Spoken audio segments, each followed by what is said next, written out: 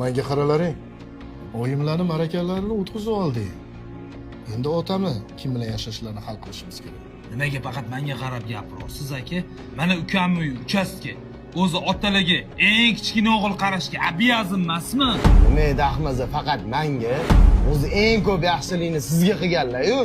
Sizchi aka, ular joydamisiz? Bitta otangizni boqa olmaysizmi? Bo'lmasa bundoq qilamiz. Hammamiznikida bir oydan galma-gal turadilar. Boshqa variantimiz ham yo'q. Tushunarli. Bo'pti. Kimnikidan boshlayaptilar yashashni?